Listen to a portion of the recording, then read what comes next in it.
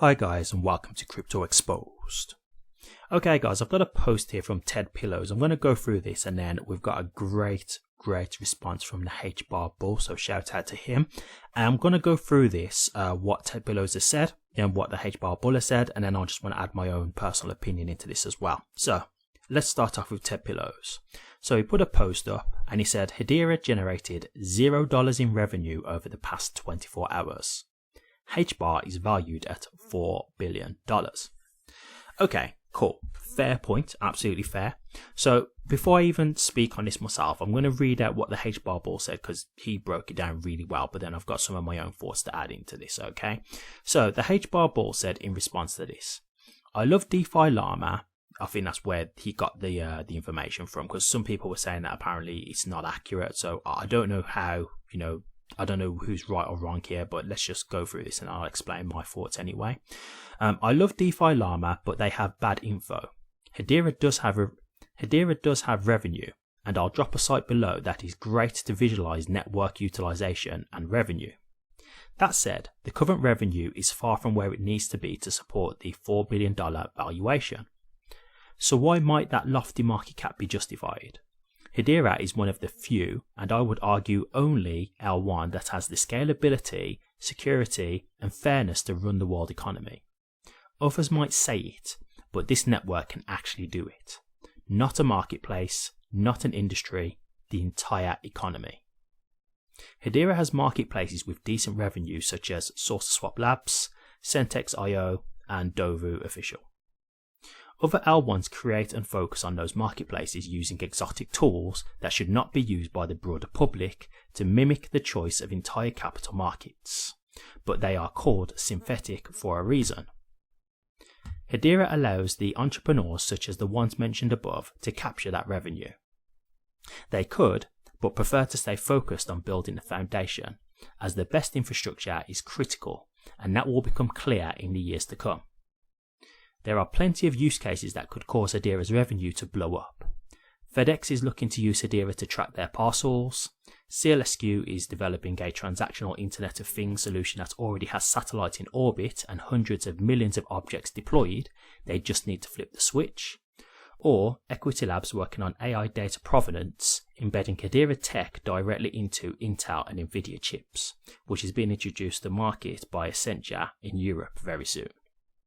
We had a use case live on Hedera by Avery Dennison that was consistently doing over 1000 TPS for the better part of a year. There were days when it was doing 2500 TPS consistently, with spikes over 10,000. Hedera never broke a sweat.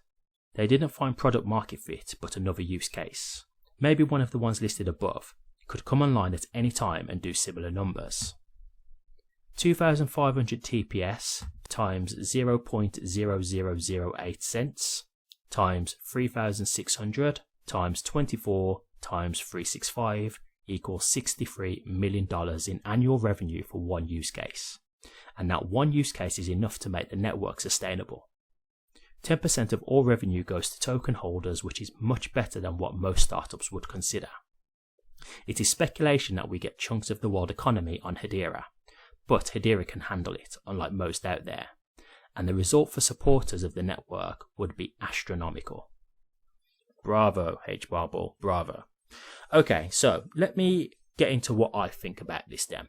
So first and foremost, I don't know how accurate these stats are, because obviously HBAR bull said DeFi Llama isn't accurate. Some other people said it might not be accurate as well. I don't know, but let's just go with the assumption that it's true. Let's just say Hedera didn't make any revenue for the last 24 hours. I would say two things when it comes to this, right? First and foremost, we are in a bear market. So let's just accept that, the economy at the moment isn't booming. There's not going to be a lot of people doing things with crypto and stuff like that right now. Everybody's hurting in their pockets. We can tell because the market's down. Like, everything is down right now. So at the end of the day, this is when you do go through the hardship. And this is the time where many networks and companies who are building on networks, like developers and stuff, this is when they end up going out of business because they can't sustain a bear market. So this is a real tough time. And I remember there was a video where Mance Harmon was speaking about this before, and he said, we've weathered a few bear markets now and we're still doing okay. And that is a very strong testament to any network, because when you do go into a bear market, that is when it is the truly testing time. It's great when you're in a bull market because everybody's investing, right? Everybody's throwing money at anything. But when you're in a bear market and people aren't investing and you're going through all these tough times and you're not really making revenue as much because, you know, the network's not really doing anything because people aren't really using it at the time or that kind of thing. Because we know how this works, right? For the fickle people. For the most part, people are really here to make money, right? Like, I think everybody's here to make money, but like, not everybody's got a real genuine interest in crypto. They just want to try and make money and that's it. So when we go into like the bear market, they're gone, right? And as soon as you get into the bull market, they all come back again. So you've got to understand that when a bear market happens, most of you just average people, they're not going to be looking at crypto. They don't care because there's no money there to be made. So they're looking for something else. And that's like, those are like your strong people who actually make a bull run, right? Because the people who are like, you know, guys watching this and stuff, like, we're genuinely trying to understand the technology and understand what we're invested in. We have a genuine interest, right? And this is what gives us the confidence to hold through the bear markets. But the people who are just willy-nilly, like, those are the ones who come in droves, right? Because they're just here to make money. So they'll just come in and just throw their money at anything. They see a green candle, they'll throw the money at it. But then they see a red candle, they sell, they panic sell. So that's the thing with those guys. But those are the ones who really make bull runs, because as soon as they start seeing the green candle, many of them start throwing money at it. Like, many start coming back in like, oh, the crypto market's booming again. Great, let's get in. Let's get some money in. And then they throw all their money and they make up a big proportion of what makes, you know, what makes these bull runs. Because a lot of us, we've already got our money invested. So a lot of us are not really putting new money into crypto, right? We've got the money invested in our tokens. Some people might still be like dollar cost averaging and stuff like that. But a lot of us are just kind of now waiting and holding, right? But it's those guys who come in, the average people, the fickle people, those are the ones who help really make the bull run. So you've got to understand that the market's not really going to be favorable for any network at this point. And secondly, this is the thing that I will say, and this is just being honest, like, you've got to understand that, like, we're so early into crypto that we are still very much in the speculation side of things, right? Like, you got to understand there's like 20,000 plus cryptos out there, right? Not all of those cryptos are going to exist. I think once we get the Clarity Act passed and things like that, and we start to see, like, you know, the institutions coming in and what networks are going to actually be utilized, you'll start to see a lot of these networks die out, because they'll be the ones that are not really getting picked up. They're not the ones that are getting utilized. Nothing's really happening. And I just don't think they'll be able to keep weathering the storm of when they have the downturns, the bear markets. So realistically, like, yes, we are still very much in a speculation stage. We are. That is very much the truth. And that's the thing about being early in crypto, right? It's, I always say this before, but someone said this to me, is like, the good news is that you're early. The bad news is that you're early, right? And what he means by that is, you're early enough that you got the opportunity to invest in the right tokens. And if you do invest in the right tokens, you will stand to make a lot of money in the long run. But the bad news is, because you are so early, you've got to wait, right? You've got to wait to see it all come to fruition. And it's not going to be an overnight process. And so that's the good and the bad. So for me personally, when I do look at Hedera, exactly for the reasons that the HBAR bull has said, and if you watch plenty of my content, you'll see a lot of the things that I have covered. Those are the reasons why I'm confident on Hedera long term. I'm very confident overall long term with Hedera's future.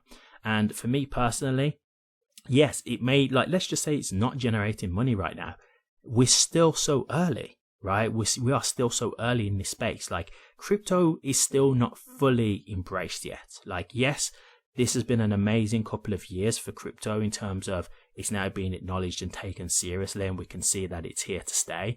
But there's still many skeptics out there, right? We still haven't got the Clarity Act put through, so we haven't got all the big institutions coming in yet. Like, we're still very early in this space, so it is still time to see, like, what networks are gonna, you know, really stand the test of time. Now, for me personally, my confidence is in Hedera for that. I agree with a lot of the things that the HBAR bull said, and I've covered plenty of topics on Hedera that you've seen in my content to see why I do believe in Hedera. I do think long term it's going to be one of the successful projects. And this is the other thing that I'll just say. As HBAR bull said, like, he was talking about how one single use case could generate $63 million in annual revenue. That's just for one use case. This is what I've always said about these networks. It only takes one use case to really blow up. And that could be it for the network. That could actually make the whole network a huge success. But then you've got to think, like, it's not just one use case that's being developed on Hedera. And that's the thing that I do like about Hedera personally, is that there's so many different types of use cases being built. It's not like an all eggs in one basket network. Like, they're not focusing on just one area. They've got the fingers in many pies.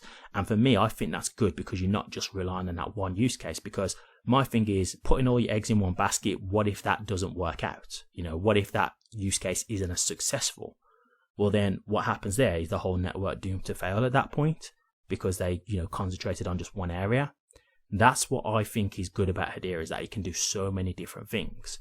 And it's got the tech. You know, HBAR Bull said it perfectly, so I won't reiterate it, but it's got the technology to really scale for the world economy. So it's that kind of thing where, yes, I do have confidence in Hedera.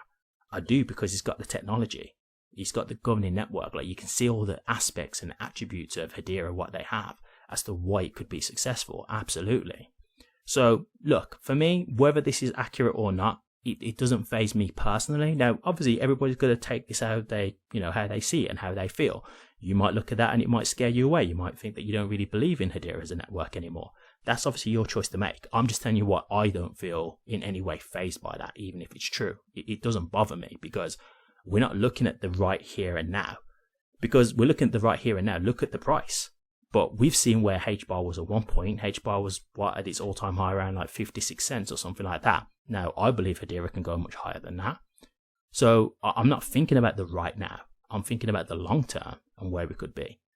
So that's why I'm just not focusing on this right now, especially when we're in like a bear market. Like, it's like, why am I going to be concentrating on this right now? You know, why am I going to be worrying about the revenue right here, right now? So yes, like, maybe, you know, that $4 billion valuation isn't really, you know, fair, but you're acting like we don't see this in the stock market and stuff like that all the time. There's plenty of companies that get really overvalued. You know, that happens all the time, even in the stock market. So like, this isn't nothing new. It's nothing new at all, right? So yeah, for me, it's not something that's going to faze me, but I thought I'd share this with you and explain why, to me, it's nothing to be concerned about, in my opinion. So hope this helped. Okay, I'll leave it there. If you did like this, please remember to like, comment and subscribe so you can be updated for future HBAR content. And don't forget to hit the notification bell so you can be alerted on when I do drop a new video. Thank you very much for watching this, and I'll see you all on the next one.